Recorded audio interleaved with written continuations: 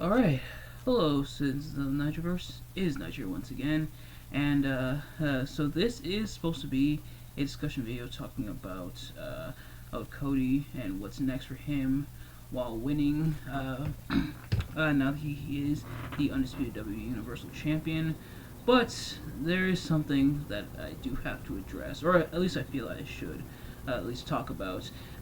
So let's go ahead and address the elephant in the room, mostly because I don't know if we'll have another opportunity to talk about it. But shoot, let's get it out of the way. What went down on the AEW Dynamite last night? Because it's just it is something. But because the whole situation is ridiculous, but also because we're here to talk about Cody and what's going on. I am telling you guys right now, I'm not spending more than 5 minutes talking about this. In fact, we're about to reach 1 minute of this recording, so let's go. 5 minutes or less.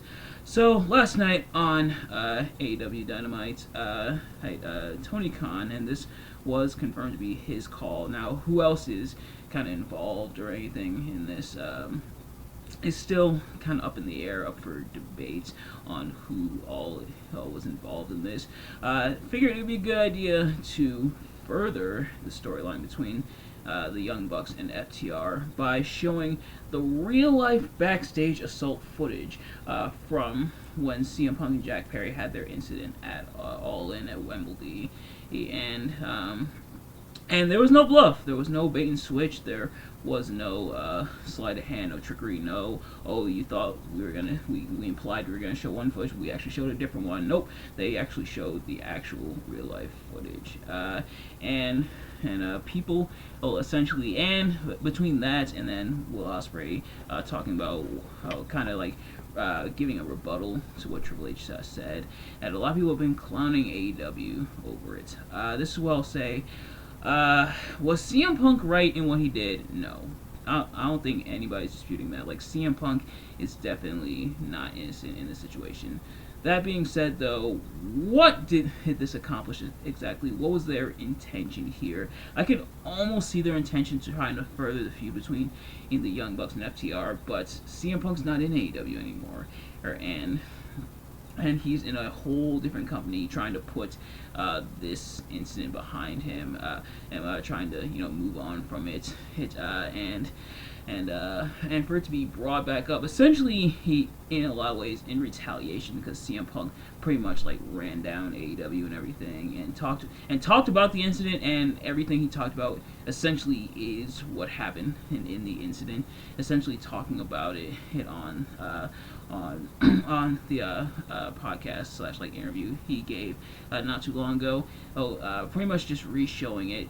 It essentially served no real purpose, unfortunately for AEW, and it just has. A lot of people are saying that this might be the death knell for AEW. That and now we're in WCW 2000 territory.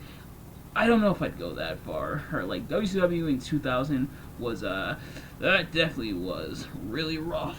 But it is definitely not a good look for the company. The fact that they went ahead and aired the footage, and it's even crazier because as with All in Wembley, All in London, what have you, with how historic of a moment that is when that first happened, when the incident between CM Punk and Jack Perry happened, and they didn't even bother show, they didn't even have any audio for the security recording, so great, but when that happened, that was a huge black eye for an otherwise historic event, and just to see them pile even more dirt on top of that, it's just why. And it's definitely not a coincidence. They try to play it off, act like it's a coincidence. It's not a coincidence that between this and then Ospreay's comments and then Dustin Rhodes was seeking to, well, at least get a shot at the AEW World Championship against Samoa Joe. Definitely not a coincidence. definitely showing a lot of that pettiness from AEW, and it's really unfortunate because with this whole debacle, not only is there essentially egg on the face of Tony Khan and kind of the Young Bucks, although it's going back and forth. It's kind of he said on whether or not the Young Bucks actually want to do it. But not only that, but also even overshadows the rest of Dynamite. Like, nobody's talking about the match between Adam Copeland and Penta. Nobody else is talking about Dustin and versus Samoa Joe. It's been like mentioned and stuff. Nobody's even talking about Mercedes Moné being attacked and how that's leading to a new storyline. No, it's all about this. So it definitely. If the goal was to embarrass CM Punk and make him look bad, then, and like if CM Punk hadn't addressed this already, it might have done so. It still would have looked pretty corny, but CM Punk already addressed it, and I think the consensus is that you shouldn't go choking out your coworkers, but it doesn't really serve a purpose other than petty revenge. And we're having fun about it and making fun of AEW for it, but at the same time, it's embarrassing. Like, hey, it's absolutely, it's just annoying, and AEW continues to fall further and further from grace, and that is where I'll leave that. Maybe I'll talk about it at some point, but that's where we're gonna leave that as we're approaching the 5-minute mark, and there it is. But nevertheless, let's shift gears now. Cody Rhodes finally finished the story at WrestleMania 40 against Roman Reigns, and of course, everybody is very excited. Even Samantha Urban, who was crying when she was doing the announcement, which I forgot to mention during my WrestleMania 40 review. There's a few things I forgot to mention, but shout out to Samantha Urban and being the announcer for every single match. Like as awesome as Samantha Urban is, man, that could not have been fun on her vocal cords. So, she is definitely a trooper. She got through all of it. She announced all the matches for night 1 and night 2. She is definitely a trooper. Definitely like one of my favorite ring announcers possibly ever.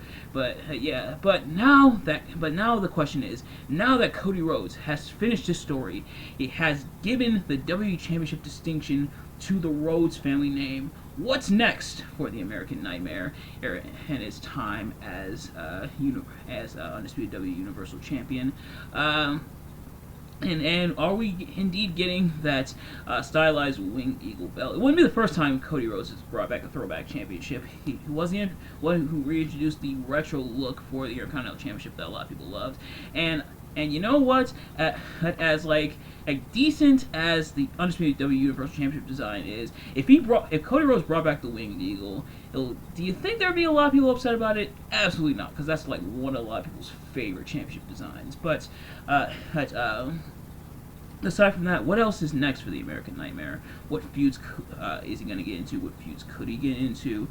He's now he's pretty much the poster boy for Backlash. That's just going to be taking place in France, so I imagine that likely means he'll be there at the show. So there's a lot of different avenues and routes that Cody Rhodes could go. Now he's Undisputed WWE Universal Champion, and we're going to kind of talk about them, kind of address them a little bit. And what's some of the feuds that he could have as champion? And the thing is, there's a number of different ways they could go. With Cody Rhodes now being Undisputed WWE Universal Champion, and with the draft coming up, there's a chance he could move to SmackDown, which would be really cool. Like as good as the roster is on Raw and SmackDown, of course, like Cody Rhodes moving to SmackDown, I think opens up a lot of other avenues, and oftentimes the superstars go from whatever brand to whatever brand they want to anyway. But Cody Rhodes going to SmackDown, there's a lot of opportunity there. But there's even still some names on Raw he could face. So who are some of the names that come to mind for me? The first one is AJ Styles. They could do the first time ever, and I kind of talked about this before previously on the channel. How they could do like a first time ever match between Cody Rhodes and AJ Styles. I think it would tear the house down. Heck, if they start the build for it, coming up, they could. Alright, so quick hiccup there. So, alright, my mic messed up and caught some feedback. Normally, I don't think it's ever done that mid-stride, like in the middle of me recording a video. Sometimes it's done it before or after, and I have to like fix it. But nevertheless, Cody Rhodes and AJ Styles, they start the feud soon. They probably could be done in time for, maybe not in time for Backlash, but maybe in time for a different event. But Cody Rhodes and AJ Styles, I'm sure, definitely could have a solid feud. They could do Cody Rhodes versus LA Knight as well. They could even do a triple threat if they somehow want to keep the feud between LA Knight and AJ Styles going. I don't necessarily think they should, but there's that possibility. Cody Rhodes versus Randy Orton, perhaps. There's a lot of built-in history between them. It could lead to a heel turn for one or either man. There's the possibility of Jimmy Uso or Solo Sikoa going and trying to, avenge the bloodline and try to go after Cody and go after the championship. The Rock, it's essentially been confused. It's essentially more or less been confirmed by WWE that things between The Rock and Cody Rhodes aren't over yet. And by confirmed, I mean The Rock literally saying, hey, our story is not over yet. They did have the segment on Raw, which was kind of weird but kind of interesting. And I forgot to mention when The Rock put the thing in Cody Rhodes' hand, what he put in his hand. There's some theories as to what that was. Could be, could be the keys to the tour bus, because Cody Rhodes' tour bus did catch on fire during WrestleMania weekend. I think not too long before night one, or I think before Stand and Deliver, or maybe even between the two shows. I forget exactly, but I think Cody Rhodes said everyone was okay. So, The Rock intentionally starting the fire, which if that is the case, if that's the route they're gonna go for. Holy crap! Oops, excuse me. Holy crap! The Rock setting tour buses on fire. Wouldn't be the first time that attempted murder has been a part of a storyline, but it's like things might not be over between The Rock and Cody Rhodes. That one's confirmed. They've had an interaction, but I'm sure it will lead to a feud. That being Cody Rhodes and CM Punk. Although, which is funny that CM Punk was mentioned earlier in this video, but CM Punk essentially. And Cody Rhodes essentially having their interaction between the two, who even in AEW, when they were in AEW at the same time, granted it wasn't for long when they were in AEW at the same time, but I'm surprised they didn't necessarily have a feud or interaction then, or if they did, I totally missed it. Hey, I wasn't necessarily watching at the time, but them having a full-on feud, I think, could be interesting. And there's a lot of talent. Even if you want to, even like the call-ups, the NXT call-ups, that being Braun Breaker and Carmelo Hayes, I don't think they should go after the championship, like the World Championship, just yet. If you want to put them in like the U.S. title picture, or even have them kind of go in the mid-card for a bit before working their way up to championships, I think that would work out as well. Pretty good as well, but so there's a lot of opportunity on SmackDown. So we'll have to see whether Cody Rhodes or Damian Priest will be drafted over to SmackDown. If I had to guess, he probably would be like Cody Rhodes.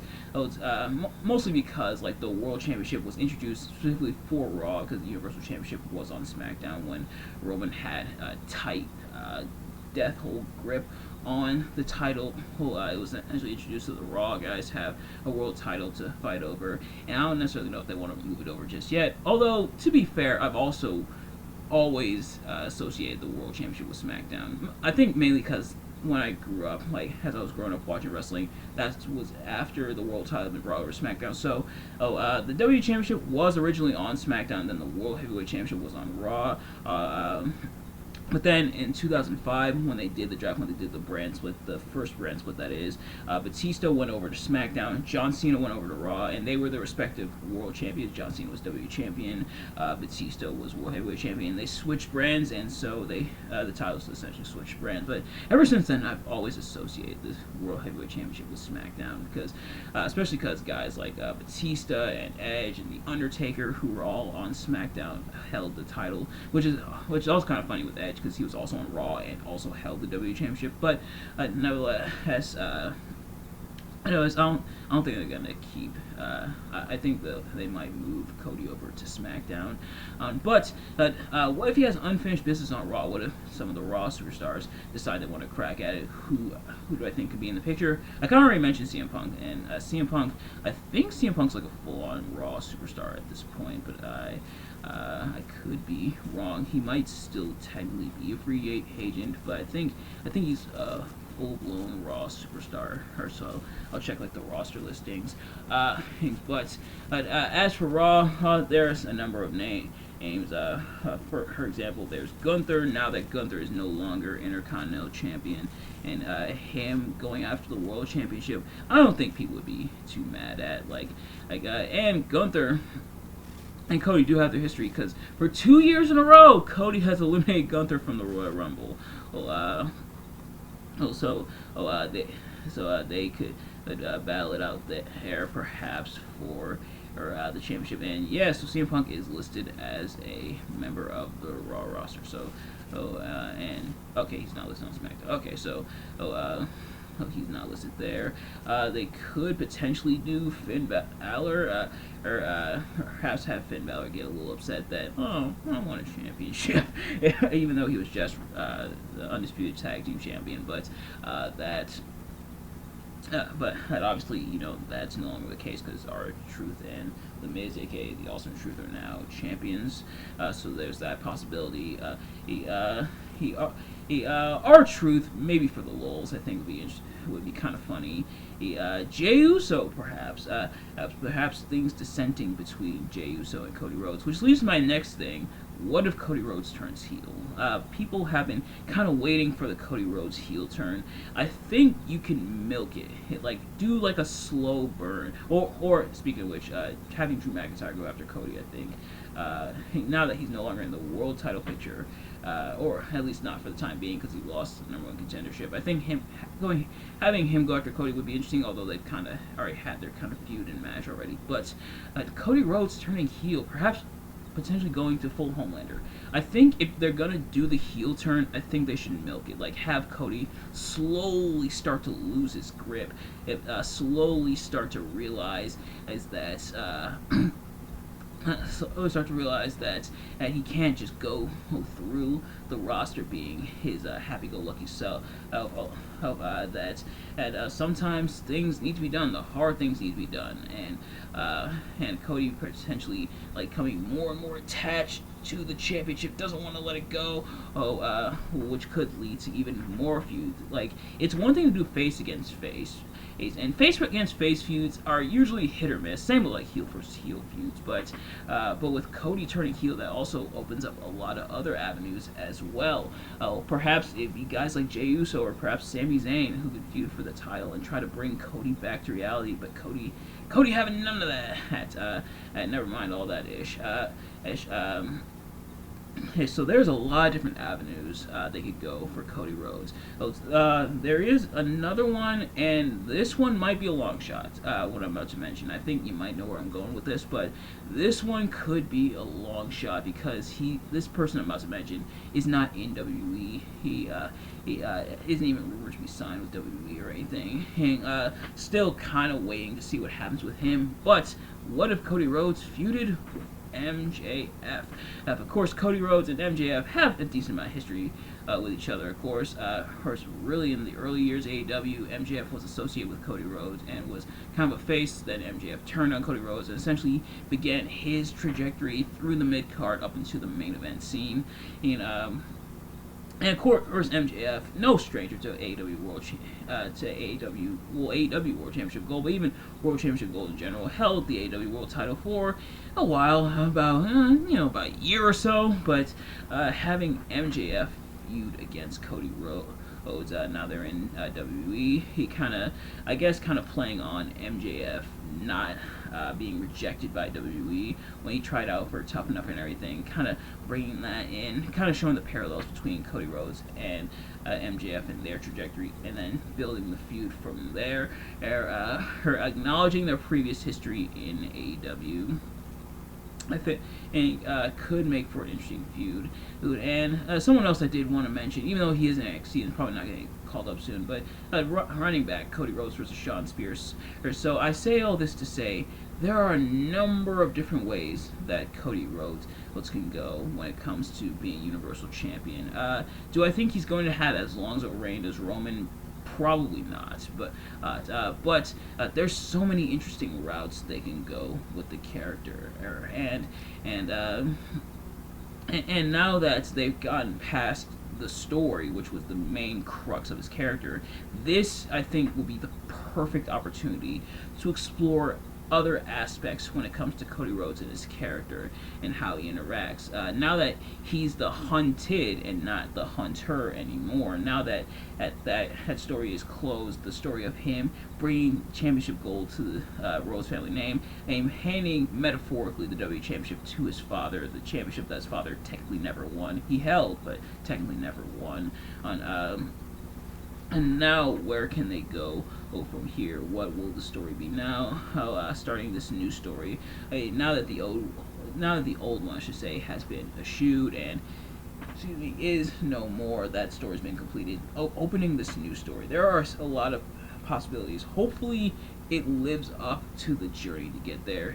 And the reason I say this is because sadly, it doesn't always. Like there's been plenty of examples of championship reigns that haven't lived up to the hype, where the hype and the chase and the story going into the world championship was a lot more interesting than the championship reign itself, whether that be through bad booking or bad luck, such as like the person holding it getting injured. And I'm hopeful for Cody. I want to see where his character goes from here. And of course, gotta give Roman his flowers. I kind of did when I did my WrestleMania 40 review. If you haven't already, go check that out. That came out yesterday. But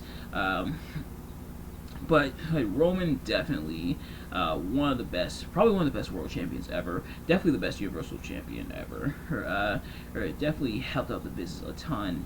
If he wants to take an extended break, hey, definitely let him. Same with Seth Rollins. Seth Rollins, apparently now the report is that Seth Rollins is only going to be out for 4 weeks. But Seth, please don't rush your return, man. Take as much time as you need. We'll definitely be waiting for you when you get back. You definitely earned it. But nevertheless, that's going to do it for this discussion video. Thank you all so much for watching. I hope you enjoyed. If you did, please do me a favor: like, comment, subscribe, share with your friends, turn on post notifications so you know every time I upload a video, so you can see as soon as it drops. And let me know in the comments below your thoughts on everything we discussed in this video, whether it be on the W side or the AEW side. Sorry I wasn't able to go into more detail about my thoughts when it came to AEW, but because I might not get another opportunity to talk about it again, and because it is such a big hot button issue / debate, I figured I'd bring it up. But if you guys want me to talk more about it and kind of my thoughts on it, even though I've done a few other talking about my thoughts in AEW, it seems like I mentioned this before, it seems like almost every time it's something new with AEW, what the hell. But nevertheless, if you guys do want me to continue with that, if you guys really want to see that, then I have no problem doing that. But also, where do you think Cody's story is going to go from here? Who do you think he's going to feud with? What type of feuds is he going to have? Match quality isn't going to be a problem when it comes to Cody. He's definitely capable of putting on some phenomenal matches, as we've seen before. But where do you think his story goes from here? Who do you want to see him feud with, whether it be somebody I mentioned in this video or someone else that you want to see him feud with now that he's the Undisputed WWE Universal Champion? But nevertheless, thank you all so much for watching, and I'll see you guys later. Peace.